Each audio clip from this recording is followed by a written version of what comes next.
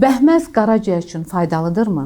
Hər gün xronik qaraciyər xəstələri ac qarnına 1, 2, bəzən də 3 xörək qaşığı bəhməz qəbul etməlidirmi?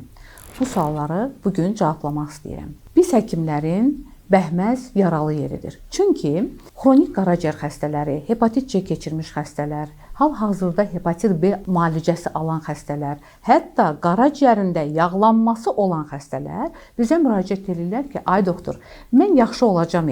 Bilirsiniz niyə? Sizin dərmanlardan başqa mən hər gün 2 xörək qaşığı tut bəhməzi qəbul edirəm və yaxud da ki, başqa meyvələrin bəhməzlərini qəbul edirəm. Hər zaman bunu böyük həyəcanla qarşılayıram, qətiyyən olmaz.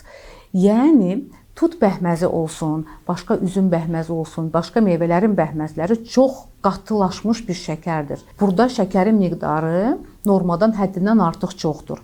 Yəni, kalorili qida ola bilər, sizi tox tuta bilər, uzun müddət aclığınızı gidərə bilər, amma çox ciddi qaraciyər yağlanması yaradır. Çünki bəhməz də şəkərli qidaların başında gəlir, yəni karbohidrat bombasıdır.